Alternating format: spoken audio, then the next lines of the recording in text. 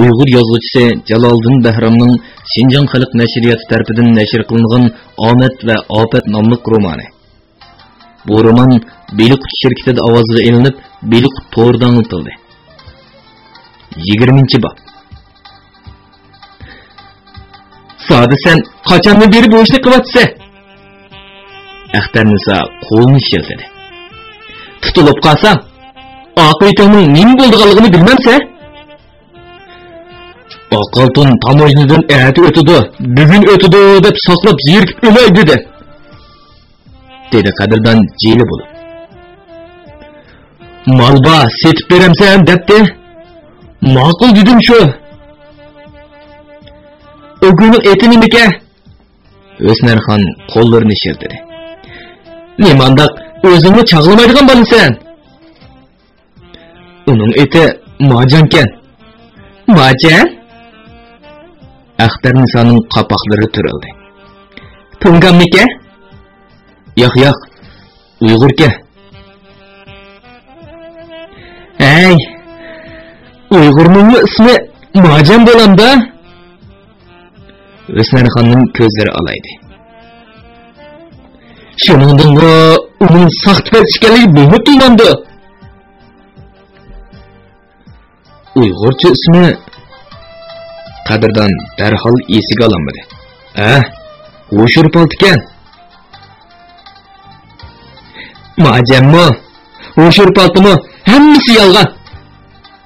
Axtar Nisoning talaffuzi qattiq edi. O'tganda kelakamay tutilib qilib, 5 kun bo'lganda aron chiqdim. Elimi yaxshi, turmush boshliq bo'lib qoldi.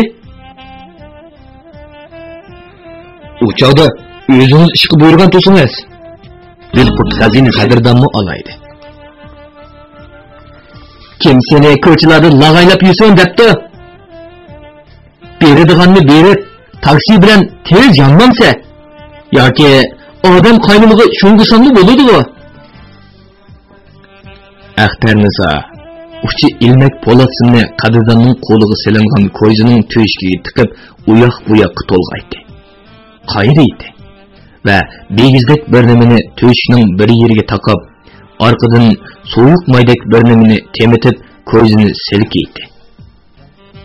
Axtar Niso 40 minutdek hapilashib, oxir ko'zini ichivetdi. Qadirdan qo'l beg'ichidagi qip-qizil qopatni izlarni silab, Axtar Nisoga qarab kulib qo'ydi. Endi bir mezgil zimaganga borma, dedi Axtar Niso qo'lidagi ko'zini axlat sevitiga tashlab. Yana Sayyivalning bozorig'ini kirma. Ona shirkatmislar men ketma. Qadirdan O'smarxonga qaradi. Men mana bir oy ichida 2 qatim soqchilarning qo'liga tushib qoldi. Oqartonning o'rnasi foydasini ko'rib bo'lsa, oq kepanlikka yo'g'ilib, u dunyoga ketib qolmay yana.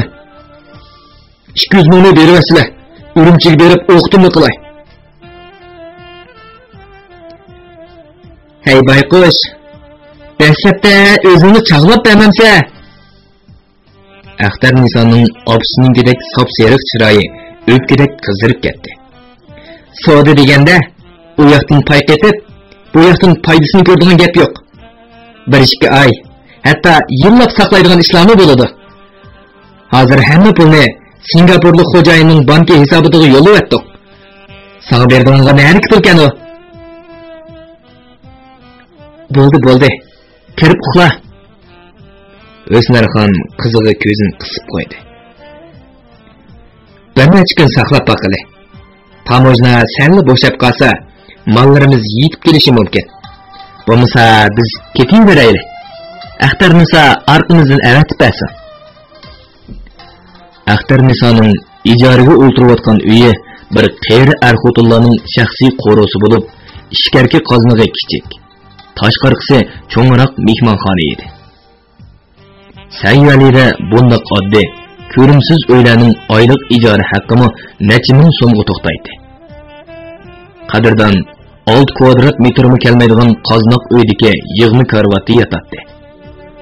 O'snarxon qizi Axtarnisa bilan Toshqarqi mehmonxonada yetib qo'patdi. Qadrdon O'snarxonning buyrug'i bilan kirib yotgan bo'lsa-mu, lekin bugungi qo'rqinchli fojia va Guangzhouga kelgan bir oydan beri ko'rgan o'ng'ilg'anlari ko'z oldidan ketmay, vahima ichida zodili uyqusi kelmadi. O'snarxon bilan Qadrdon Guangzhouga kelib, oradan bir necha kun o'tmayla Axtarnisa qizil to'r ichiga selingan bir tovuzni Qadrdonga berib, "Bu yerda Xinjiang tovuzidek ati bor. Buni bir tonishim do'stimga avatibdi-ki. Menbek aldirash, shunga sen opirib bersan," dedi. "Bo'ladi. Adresini aniq deb bersangiz yetkazib beray." Sayyalining qiziq bozoridagi Yalquntoq tez tamoqxonasining oldida bir mashina to'xtatish maydoni bor, dedi Axtarnisa qo'llarini shiltib. Mashinalarning orasida orqa eshikning derazi ochiq, rangi qora, Santana 2000 markalik bir mashina bor. Uning motor qopqoqi ustiga kirish shaklida seriq chaplag'ich chaplangan. Sen atrofni obdan kuzatib, eliqi ochiq derazadan tovuzni ichiga tashlab qo'y va darhol qayt. Voy, bir tovuzni opirib berdigan gapkan-ku. Qadrdon qasddan bilmasga soldi. Nimancha sirliqlashtirib o'tsiz? Hey, sana Axtar achon gap qilyapti-da. O'snarxon bo'shqina tozimi ber deb qo'ydi. Shunga to'li otkarchilik qilmay deginni qila. Hey Galvan, kirish deganni bilamsa? Axtarnisa sal ansirab qolgan edi. Agar bilmasan qara. Bo'ldi, bilma. Doktorlarning qo'yish belgisi-ku. Qadrdon yerga sizib ko'rsatdi. Mana shundoq. Qadrdon Xinjiangdan kelgan To'tiya tovuzni 2 qatim egisi yo'q mashinaning ochiq derisidan kirgizib etdi. Ammo qiziqarligi, tovuz ichiga kirgan hamon heliqi mashina jon kirib ushqandek g'oyib bo'ldi. Lekin To'tiya tovuzni 3-chi qatim yetkazib berganda mashina qo'yindek g'oyib bo'lishi, uchisida soqchi formasini yo'q bir necha odam yo'pirilib kelgancha Qadrdonning qo'llarini qayirib yerga yiqitishdi. Uning beshi qattiq yerga go'stsidi tagdida, parrida aylangandek bo'ldi. Uni derazalarga to'mir chiviqlar o'rnatilgan mashinaga silib elib ketishdi. Atse puroch kiyingan 3 odam mashinaning ichiga nima tashlagan, uning ichida nima bor deb 2 soatdek so'roq qildi. Shundaqdimi Qadrdon, bir odam mushtovuzni o'sha mashinaning derisidan ichiga sep qo'ysang 100 so'm berman desa, qilib soptiman, deb o'tirib oldi. Qadrdon so'langan 5-kuni qatma-qat to'mir eshiklar darang-durung ochilib, bir soqchi Qadrdonni yolib soqchixonning kuchish zaliga elib chiqishi. Axtarnisa oldiga yugurib bordi. Uni mashinaga soldi-da, uyga elib ketdi. O'snarxon ona bola ikkisi Qadrdonning bir odam mush tovuzni ashu mashinaning derisidan ichiga selib qo'ysan 100 so'm beraman desa, qilib soptiman deyish orqali barliq javobgarlikni notunish bir odamga ortib qo'yganligidan bakmi mamnun bo'lgan bo'lsin. Ammo Qadrdonga sal qarg'il bo'lmaydiganligini his qilishdi. Uning soqchiga bergan javobidan Axtarnisaning o'zini qanday xavfli ishga selayotganligidan xabari borligini tushungili bo'ladi. Shunga ular Qadrdonning tutilish sababini yoki o'tkazgan savalligini deyishmadi. Xuddi og'ziga talqon selib olgandek zuvonini ochmadi. Shundaqdimi Qadrdon o'zining nima sababdan tutilib, nima uchun qo'yib berilganligining ozroq shapsini bilib oldi. U qo'yib berilgan kuni kechasi xiyol bilan xilib bir vaqtlargacha uxlayolmadi. Bu chog'da mehmonxonniki qo'sh kishilik cho'ng karvatda yotgan ona bola ikkisi asta kusurlashmoqda edi.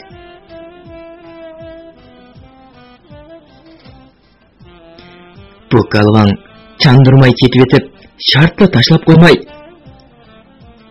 Bu mashinalarga hangi qilib qarab yurib, maxfiy saqchilarning diqqatini qo'zg'ab qo'ygan gap. Axtar Nisoning cho'nqur tinig'ini olandi. Ilmi yaxshi. Tayoq yesimi bizni chetib olmabdi. Agar boshqa bolalar bo'lsa, birinchi qistaqdala hammani davet etolmaydi.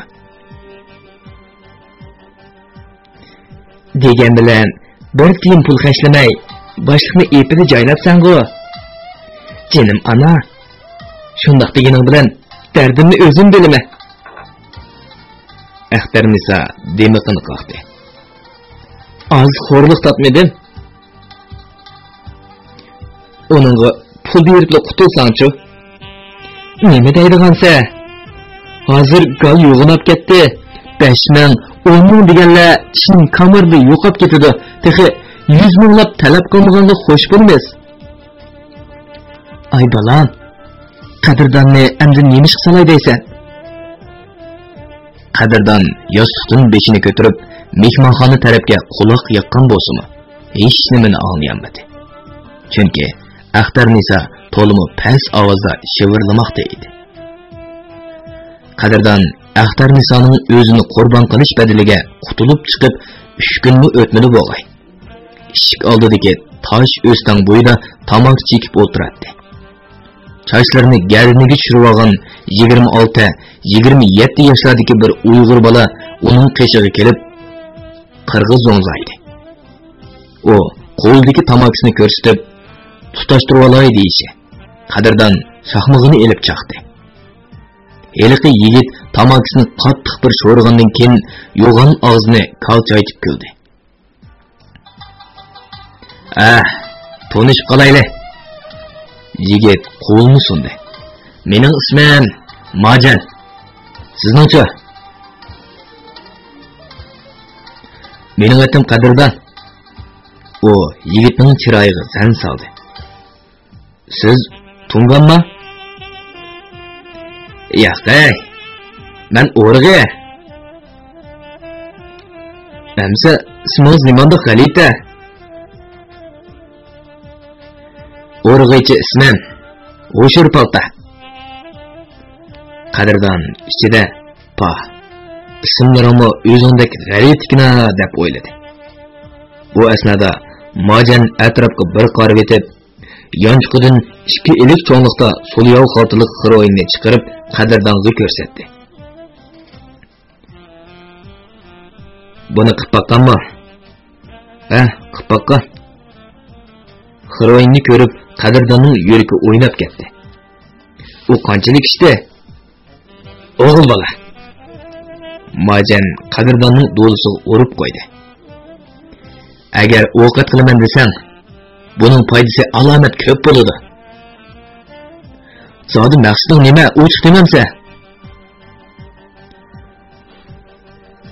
Mush xaltadan 5 ni satsang, biri sening haqqing bo'ladi. Bunga nere? Kimdaqni qilay deysa? Men bu ishni qilganda sen nima deding? Qadrdan xiroyinchi bolalardan anglagan gaplarni qo'rqmaydi dedi. Bo'cho qara, jonni olqonga ilib qo'yib qilgan ovqat. Texe 5ning biri sening deydi? Endi sen qandoqdan qilgan? 6da 2 bo'lsa, qiyinsinab baqay. Lekin Guangzhouning qoida nizomlarini ancha bilmayman. Sen nima qilgan? Beijingda? To'g'ri. Beijingnikiga asosan o'xshab ketadi. Birer yo'l qirida o'tirganingda tizimni jupaysan. 2 putoning uchini to'xtamay urib tursan. Yana biri axlat sandiqlari, gullik, chimliqlarga xiroyin xaltalarini tashlab qo'yib, xaridor bilan so'zlashib bo'lib, o'rnini ko'rsatib qo'ysanglar bo'ladi. Hargiz xiroyin bilan tutulib qolg'uchi bo'lma. Uqdingmi? Uqdim. Lekin sifatsiz, nochor, aralashmish ko'p molni berib, meni o'sal qilgan bo'lsang, Beijingnikidek ish yuz berib qolmasa yana. Beijingda nima ish yuz beribdi-ka? Bo'ldi so'rma. Onsang cho'qim yenib olsa. Qani demamsa? Jamal berib, meni oldigan birini bo'zdirib atgan. Lekin u soxtipaz o'lmabdi. Nima? Majan totirib ketdi. Shunga Guangzhouga kelsanda, sen onda qilmaydigansan? Yo'q, hargiz onda qilmayman. Seni oldig'ila bo'lmoqdak. Mening o'lgim yo'q. Amsa shunda kelishdik-a? Qadrdon o'rnidan likkida turib edi. Majan uning egiz, qomatlik bo'yiga qarayib xazinasi. Qadrdonning Majanga ma'qul deb javob berishi. Axtarnisa vazifa ortishdan burun biror ishning peshin tutib, o'z oldiga pul tepish edi. Albatta, har kuni Xiroyinga ketayotgan pulni O'snarxon bilan Axtarnisa bermaydi. 200 ming so'm ona bola ajdahoning tuvsiz g'origa kirib ketdi. Endi uni olmoq basli mushkul. Qattiqroq gap qilishga qadrdonning tili bog'langan. Faqat Zul'oy bilan to'y qilib qonuniy jazodan qutulgandan keyin u pul haqida eg'iz ochqil bo'ldi. Qadrdonning yuragini to'm qilib turgan bankidagi pullarni to'zg'oqdek to'zib tugadi. Eng oxirgi 50 ming so'mdek pul nimaga dal bo'ladi? Shunga Majanning melidan 4 xalta sassa, 2 xalta o'ziga qoladi. Bumi oz pul emas-da. Guangzhouning Sayyuali va Zimagang degan yerlari butunlaydigidek Xinjiangdan borgan Uyg'urlar bo'lib, Xiroyin atkaschilari, parcha sotquchilar, to'p ham parcha og'uchilar hamma yerda temiz qilib yurishadi. Qadrdon bir kuni Zimagang bozorda atsi Sayyualida ovqat qiladi. U ba'zilarga sapmalba deb pichirlab o'tib ketsa, ba'zi xanzolarga yov bu yov xo deb qo'yadi. Har holda har kuni jafoga tushdiq kirim bor edi. Texe talay undan kelganda bir qitimdala 10-20 xalta, hatto undan ortiq setiladi. Qadrdon Sayyuali Zimagang qatorliq bir necha bozorlarni navbat bilan oyilmadi. Bir kuni u Guangzhouning eng avat bozori Beijing yo'liga bordi. Chunki bir haftaning oldida gullik, chimlik va axlat sandiqlarining hamkorlashishi orqali bir necha qatim ko'ngildagidek savdo qilib olgan edi. Qadrdon to'rt ko'cha ustidagi osmi ko'rikda kelib o'tib, pastga ko'z tushib qoldi. Yo'l do'qmishida bir soqchi meni bo'lsa to'xtatib qo'ygan. Bir qanchilgan xanzo Uyg'ur soqchilar uch bolaning gazgisini besib, do'ng'aytqinicha mashinaga ittirib kirgizdi. Ondan soqchi mashinasi ansiz chirqirab ketib qoldi. Qadrdonning ko'ngliga qandoqdir bir ish kelishi bilan palan-paylardan taqildab tushib, chimlik atrofini aylandi. U chim ichidan orolli ko'rinib turgan so'lyov xaltalarni chandurmay bir-birlab terib so'mkisiga soldi. Yo'lning u tarafidagi chimlikdan bir muncha so'lyov xaltalarni topdi. Xo'shallığı ichiga patmayotgan qadrdonning yuragining do'pildishi o'ziga ovlanayotdi. U osmi ko'rik palampining o'ttirg'i kelganda, cho'ng yo'lning u chetida qatirsig'i tizilib turgan axlat sandiqlarga ko'zi tushib qoldi. U yoq bu yoqqa o'tib turgan odamlarni hisob qilmaganda yaqin orada soqchi ko'rinmaydi. Qadrdon pastga tushib, yo'lga tashlab etilgan apelsin, banan shupaklari, shokolad, muzkaltek qoplarni bir so'lyov xaltaga serib, yo'lning u tarafiga o'tdi. Ondan qo'ldagi axlatni tashlab etmoqchi bo'lgan odam qiyofatida sandiqlarning qopqoqlarini bir-biridan echib, nimalandir terib so'mkisiga soldi. Uning qo'liga har qatim seriq qog'ozga o'ralgan gada nimalar urilganda, yuragi xuddi ko'krak qapizini yerib chiqib ketadigandek kipchiklaydi. Qadrdon shu kuni 1 gramlik, 2 gramlik, 11 xalta xiroindan boshqa 10 gramlikdan 6 dona, 20 gramlikdan 3 dona xiroin kesakchisi yig'ib oldi. Bu shu chog'dagi Guangzhou bahosi bo'yicha 50 ming so'mdan ortiq xiroin edi.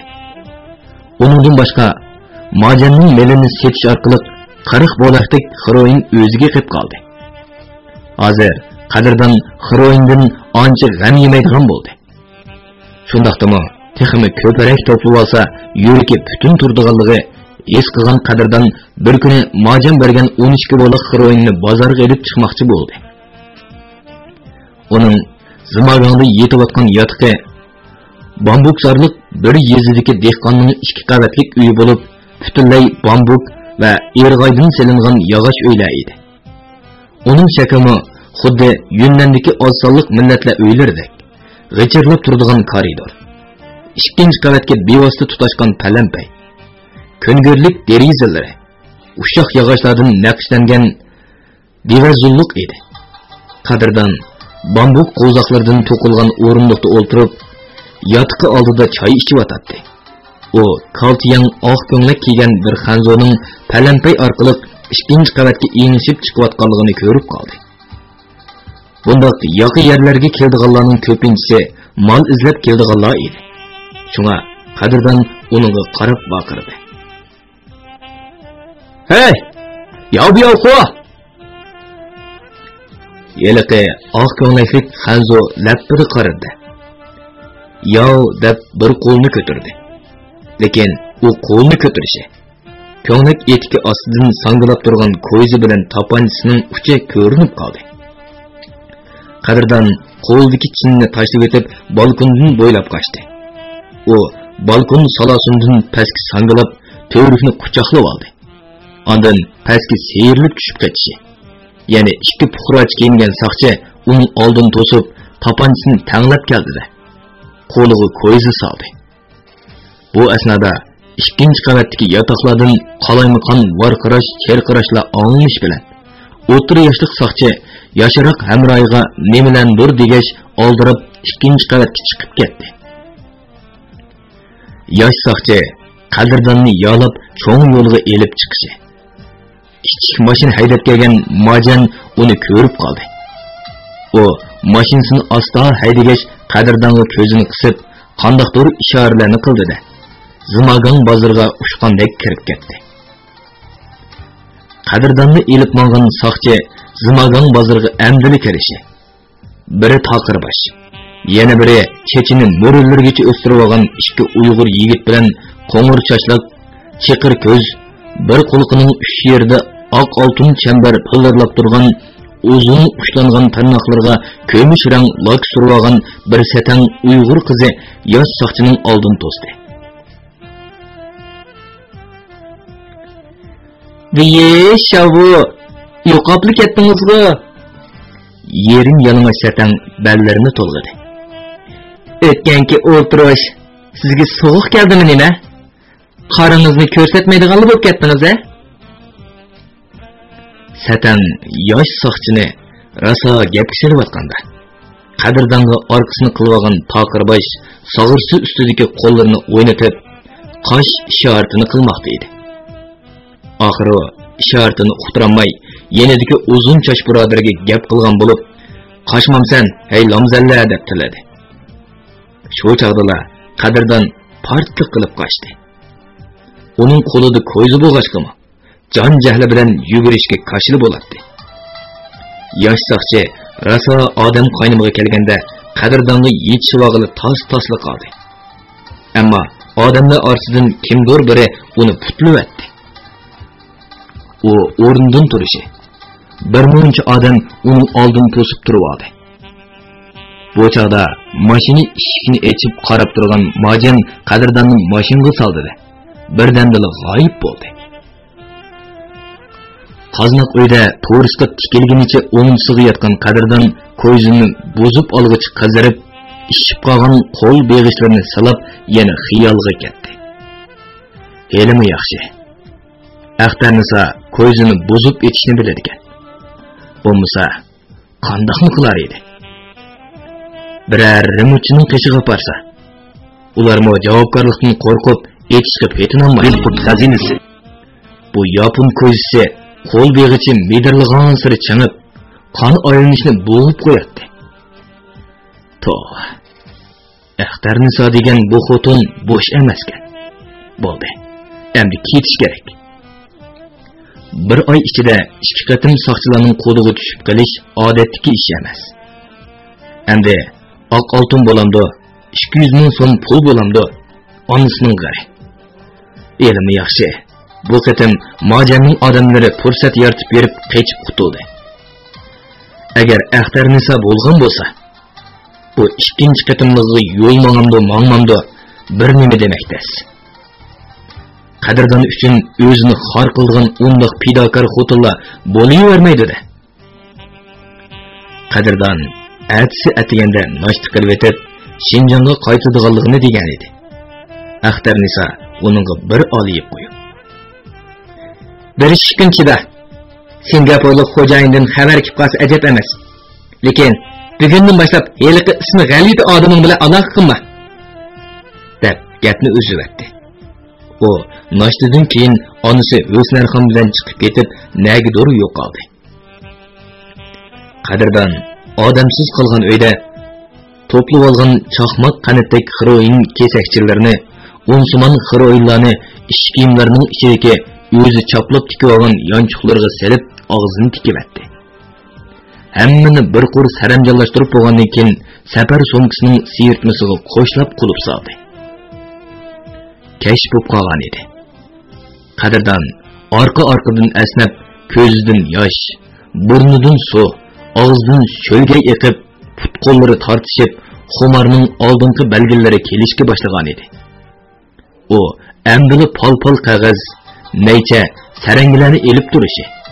Uyga O'snarxon kirib keldi. O xo'shal holda. Qadrdon bolam, ko'nglini to'q qil. Axtar achang tamojindikilarni katta mehmon qilib qoldi. Endi umid cho'ng juma deb ko'ngil yasadi.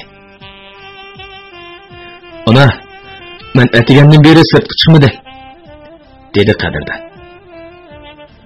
Kech salqinda biroz avolinib kelay. Yiroq ketma bolam. Sendan ansiraydigan bo'lib qoldim juma. O'snarxon ras yolg'onlardan deb qo'ydi. 2 qatimliq bola qazodan Xudo saqladi.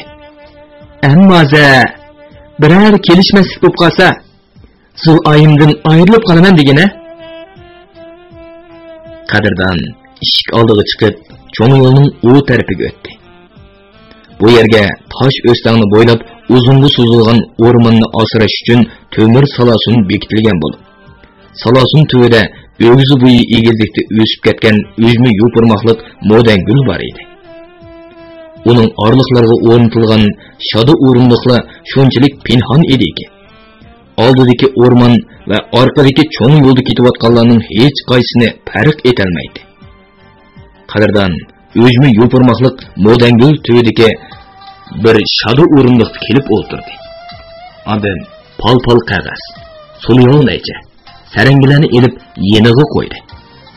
Bu yer qop-qorong'u ko'ringani bilan ko'ch chiroqlari yenib ketgan cho'ng yo'l oppoq yurib turadi. Axtar Nisoning uyi yo'lning u tarafidagi xolt ko'chida edi. Qadrdon xumardan chiqib, yip-yenik bo'lib qoldi. Eliqi ko'ngilsizliklar, hatto 200 ming so'mni hech nimaga arzimas bir nimaga aylandi. Amdilikda uning gajgisidan besib turgan bir tog', Zulay bilan bo'lish oldib turgan to'y ishi edi. Qadrdon shunchalik pushaymon ilkida qolgandiki, hech chiqish yo'li topolmaydi. Uning ko'z oldi qop-qorong'u va tuyuq. Xuddi tavakkul daryosiga o'zini tashlab, tali bo'lsa qirg'oqqa chiqish, bo'lmasa g'arq bo'lishdek oqibat kutib turadi.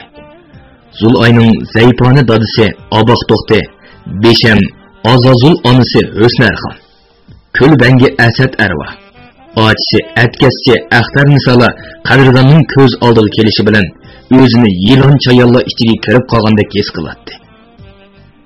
Ashu la'nati chorshanba kunidagi Asad arvohning zo'rlab aroq ichirishi, qasdan uyiga akilib qo'ndirishi, yerim yalang'och Zulayning qo'yniga kirishi. Mana bu xato ilingan bir qadam edi. Lekin bu bir qadam uning taqdirini o'zgartirib, umrlik pushaymonga qoldirdi. Hozir Qadrdon o'zi so'ygan ayoli Mehribonning chiroyiga tikilib qariy olmaydi. Chunki bu pak qizning ko'zlari. Bir yurakka ikki odamni sig'dirganingizga hayronman. Sizda haqiqiy so'ydigan qalb, uyuldigan yuzmi bormi? Chin muhabbat, pak so'ygining ma'nosi nima? deb so'rayotgandek qiladi. Yo'q. Qadrdon shu ulug' ma'nolarning huddidan chiqqudek bola edi. Lekin u shu balasiga giribtor bo'lgandan keyin o'ziga o'xshamay qoldi. Boshqacha bir maxluqqa aylandi. Uni odamiylikdan odamiy hayvonlikka o'zgartib qo'ygani tutun. Oq.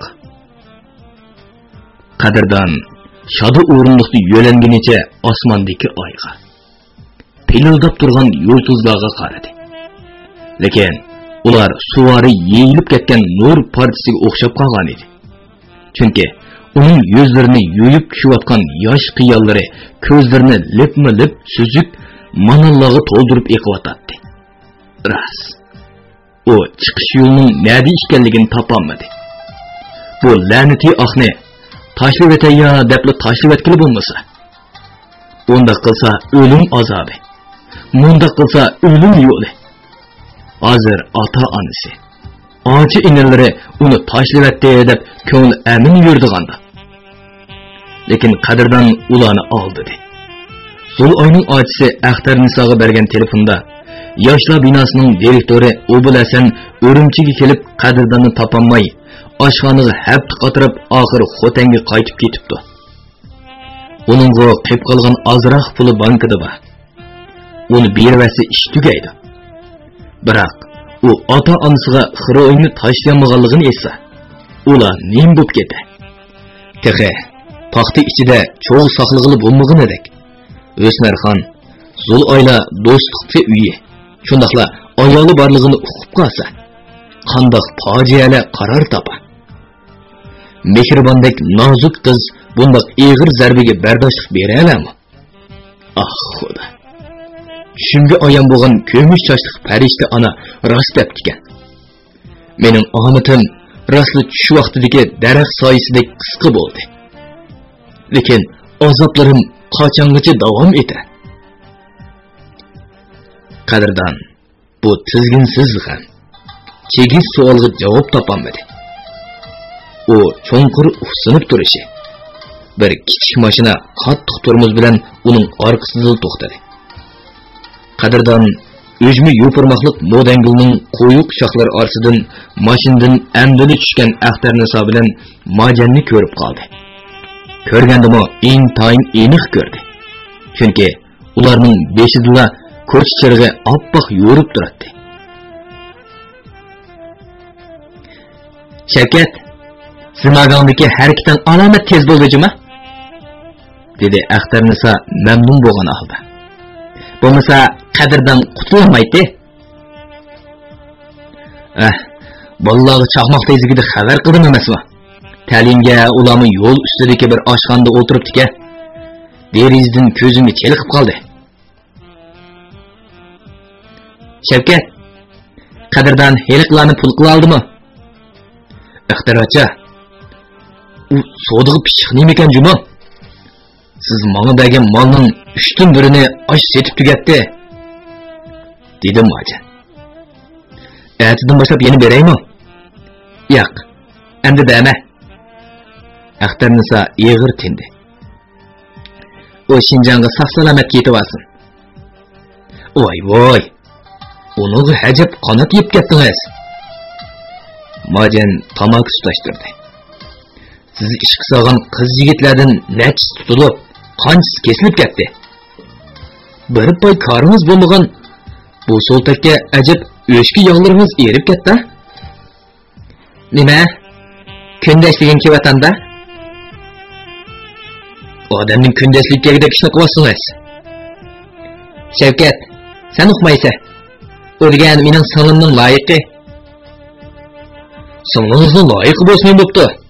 Xuddi singlingiz ersiz qolgandek. Sana nima desam bo'la? Singlim bir parvona. Qadrdon bo'lsin. Endi tushungansa? Ma'qul. Singlingiz bu so'ltakka kuyib qopti-kanda. o'zimiga qizlar kuyib o't tortqudek ekan u. O ishkisini bog'lash uchun onam bilan inim Asad jiq ajr so'ndirgan. Agar onam yig'lab turolmagan bo'lsa, dastlabda tutilgandalar bir necha kallak pulning mardin kechib, uni turmadan chiqolmas qilib etadi. Undaqda siz uni o'shgansiz-da. Men uni to'lamasam, nima ish qilish bo'lay? Biroq uning 200 ming so'm pulini bu qatim kamolga ishlatdik. Bah. Puli jiqilkina u. Keyincha 200 ming so'm pul uchun arz qilami? Xiroyinga pay qatgan edim deb arz qilsa, o'zini tutib bermamdi. Bo'ldi, bu gaplarni qilishmayli. Mashinani at soat 10larda ishga oldiga akilib qo'y. Men ularni poyezd stansiyasiga apirmay. Uning ismi Shavkat ekan-da. Qadrdon o'z xazinasi. Aslida ular bir guruhgan emasmi? Zimaganda meni qochirib o'tgan heliqi satang va taqirbosh uzun chochlar soqchini putlab qechib ketganlarning hammasi mushlarning odamlar ekan-da. Shavkatning mon sotqizgan melimi Axtar Nisoning o'rinlashtirishga. Bu hiylagar xotin hammani ishda Shavkatni oldiga chiqarib qo'yib, o'zi orqada turib tezgin tutar ekan-da. Agar yolg'on ismlik mojan qechib ketsalar, tutilib qoluvchilar turmada ig'ir qonun jazosi yoki o'limga alakmullah dema iloji yo'q-da. Bu vahimlik xiyollar ko'ngildan o'tganda Qadrdonning teni muzdek tarlab ketdi. O'snarxon bilan Qadrdon atsi atiganda poyezd bilan Shinjonga qarab yo'lga chiqdi.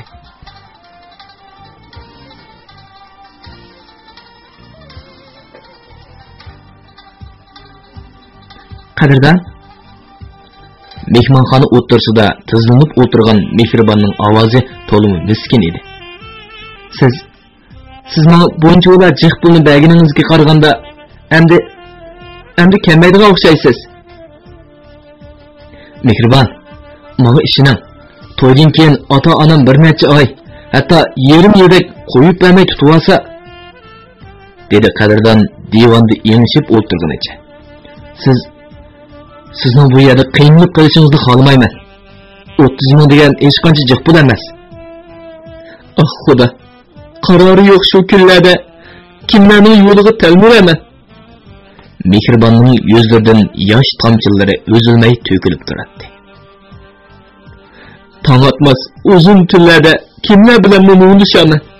Kimga erkilab, kimga qiydab ochiqni chiqaraman? Ah, Qadrdon. Mening qadrdonim. Sizni yana ko'rar kunlarim bo'ladimi? Sodiq qachon? Yelim ustida tizlanib o'tirgan Mehribonning ovozidan ruhsizlik va bechoralik chiqib turadi. Qadrdon ayolning chiroyidan aytib tugatkisiz dard alamni, aytib tugatkisiz o'tinishni ko'rdi. Qadrdonning yuragi ajoyib etishib ketdi. Ras.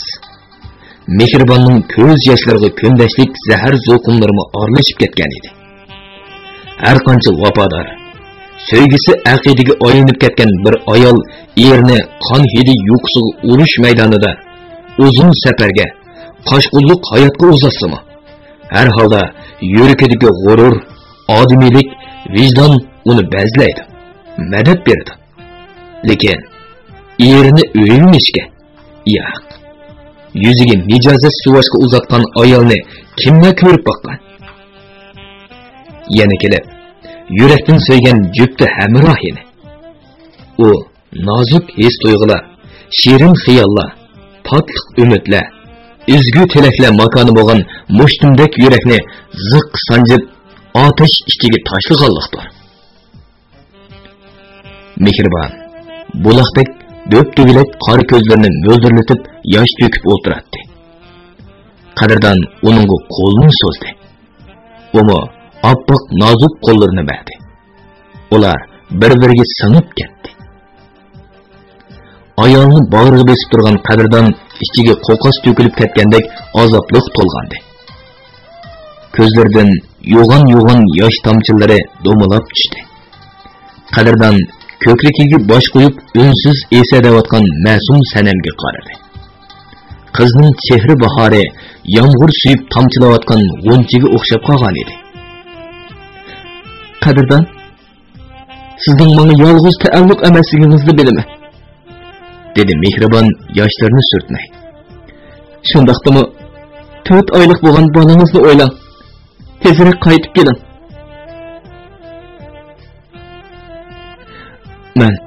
Men o'zimni yolg'iz sizga taalluq deb bilaman. Qadrdon olqinda uning yoshlarini surtdi. Qolganlarning hammasi shayton ozdirgan ishlar. Rahmat sizga. Mehribon ko'zlarini yumdi.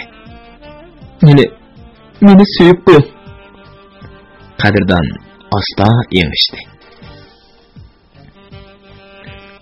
Tangrim, buning oxirgisi bo'lib kelishidan saqla. Mehribon, men mangay. Ular betoqat bo'lib qolmasin. Bo'libmi O'smarxonning sesxiqlaridan bezorman. Oila bo'yicha mang'amsizlar? Yo'q. Sulay, Asad uchimiz oldin berib to'yga tayyorlik qilamiz. O'smarxon eri Aboq to'xti bilan 5-oyning 12-kundagi to'yga ulgurib olmoqchi. Yurkim. Nimandaq ansiz soldig'andi. Men qoldirgan 30 ming so'mni dadingiz hargiz uqib qolmasin. Uqib qolsa, sizga hargiz oromlik yo'q. Uqdim. Bo'ldi, meni uzatmang. Orqamdan bila chiqsangiz, ko'nglim bir qism bo'lib qoldi ekan. Qadrdon mehribonni bag'riga besib so'ygandan keyin orqasiga qarmayli chiqib ketdi. U xalt ko'chaga chiqqandimi, orqasiga qarmaslikka tirishdi. Biroq yanada chidayolmadi. Balkondagi tomga yo'langanicha yig'layotgan ayolni ko'rib, yuragiga g'assida pichoq sanjigandek bo'ldi-da, o'zini tutib ololmadi. Beliqut şirketida ovozga ilinib, Beliqut to'rida anglatilayotgan Uyg'ur yozuvchisi Jaloliddin Bahramning Shinjong xalq nashriyat sarbidan nashr qilingan Omad va Ofat nomli romanini bugun mushargacha anglatdik. Davomini atidagi anglitishimizda davomli anglatamiz. Bu roman Shinjongning har qaysi joylaridagi Xinhua kitobxonalarida sotiladi. Do'stlarning setib olib, saqlab qo'yishini tavsiya qilamiz.